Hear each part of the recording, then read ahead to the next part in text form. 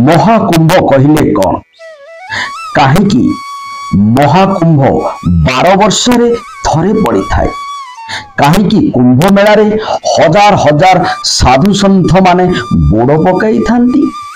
भारतर 4 गोटी स्थान रे अलगा अलगा समय रे कुंभ मेला आयोजन कहीं होई थाए। हजार हजार साधु सन्थ माने एही कुंभ मेला रे कहीं बुड़ पकाई थांती।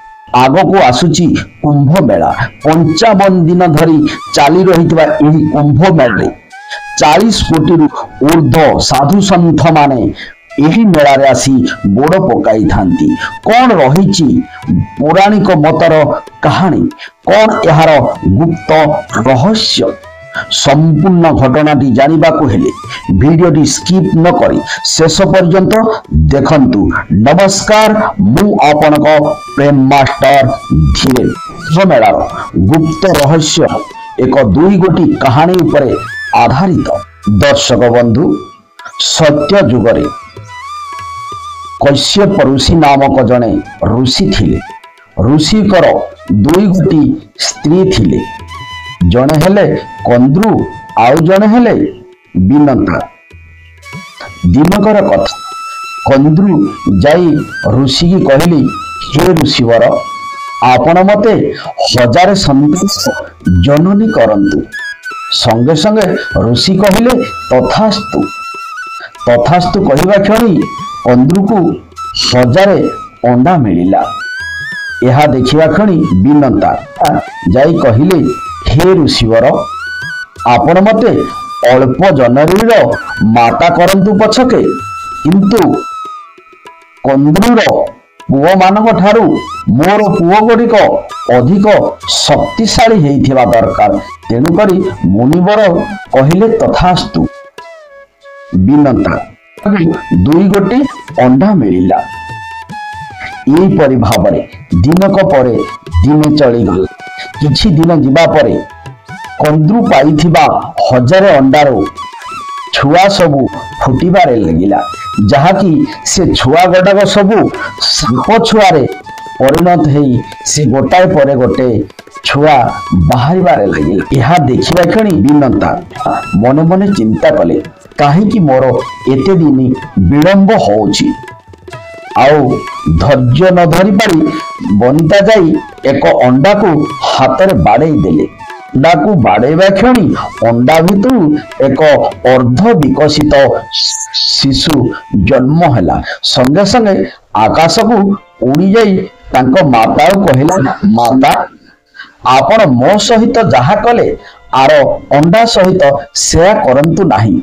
यह कही संगे संगे से स्वर्ग को उड़ी गला। अर्ध विकसित शरीर नहीं जन्म होइथिबा जाकी आज आमे सूर्य देवतांकर सारथी रूपे जानू तांको ना हैला अरुण। दर्शक बंधु आओ गोटे अंडा दिन पर दिन बीती गला।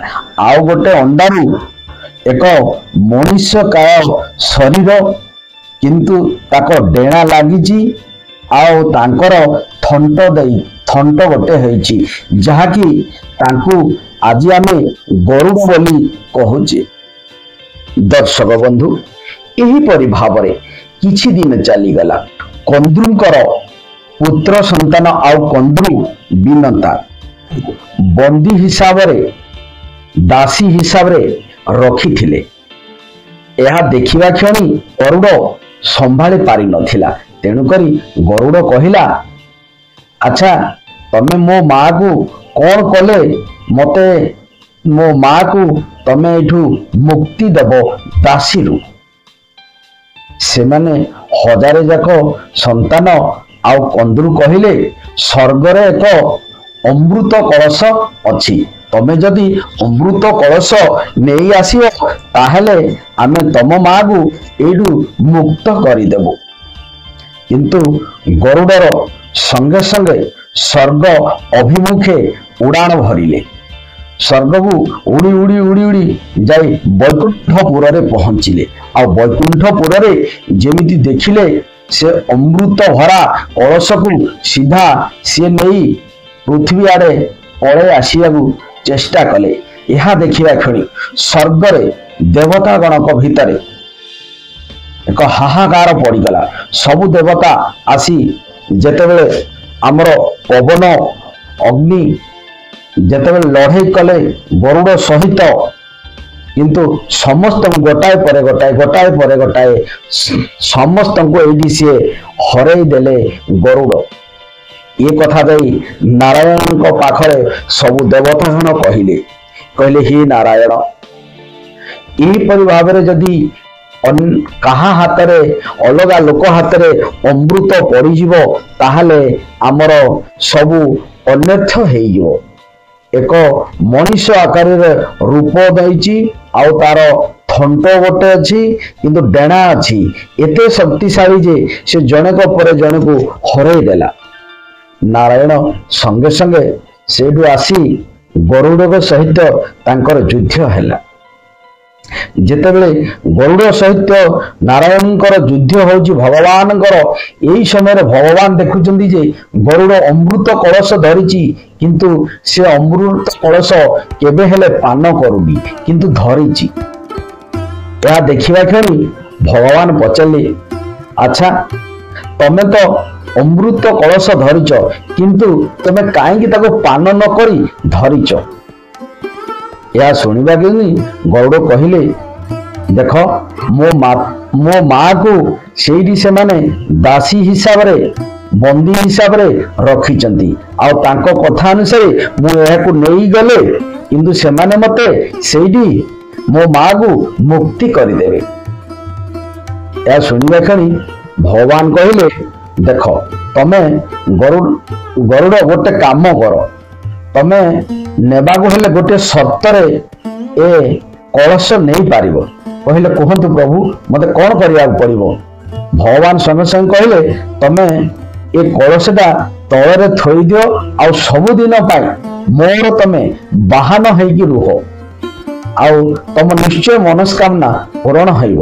ତେଣୁକରି ଗରୁଡ଼ କଣ କଲେ, ଥୋଇ ଦେଇଥିଲେ ମାଟି ଉପରେ କାହାକୁ ନା ଅମୃତ କଳସକୁ, ଆଉ ଭଗବାନଙ୍କର ଦିବ୍ୟ ଶକ୍ତି ଦ୍ୱାରା ସଙ୍ଗେ ସଙ୍ଗେ ଉଭାନ କରିଦେଇଥିଲେ ଭଗବାନ ସେ ଅମୃତ କଳସକୁ ସେଇଠି, ଆଉ ଇଏ ତାଙ୍କର ଗରୁଡ଼ ସେଇଠି ବାହନ ହେଇଯାଇଥିଲେ।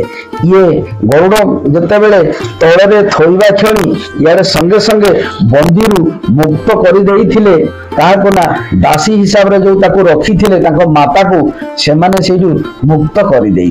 ଦର୍ଶକ ବନ୍ଧୁ, ଯେତେବେଳେ ଗରୁଡ଼ ଆଉ ଭଗବାନଙ୍କ ମଧ୍ୟରେ ଲଢ଼େଇ ହେଉଥିଲା ସେତେବେଳେ ଅମୃତ କଳସରୁ 4 ଠୋପା ଧରାପୃଷ୍ଠରେ ଗଳି ପଡ଼ିଥିଲା, ଯାହାକି ସେହି 4 ଠୋପା ଆସି ଆମ ଧରାପୃଷ୍ଠର 4 ଗୋଟି ଜାଗାରେ ପଡ଼ିଥିଲା।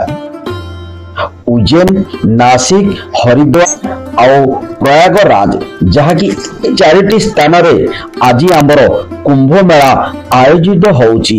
ଏହି କୁମ୍ଭ ମେଳାରେ ତେଣୁକରି ଏହି ଅମୃତ ଥିବା ହେତୁ ହଜାର ହଜାର ସାଧୁ ସନ୍ଥ ମାନେ ଆଜି ବୁଡ଼ ପକାଉଛନ୍ତି।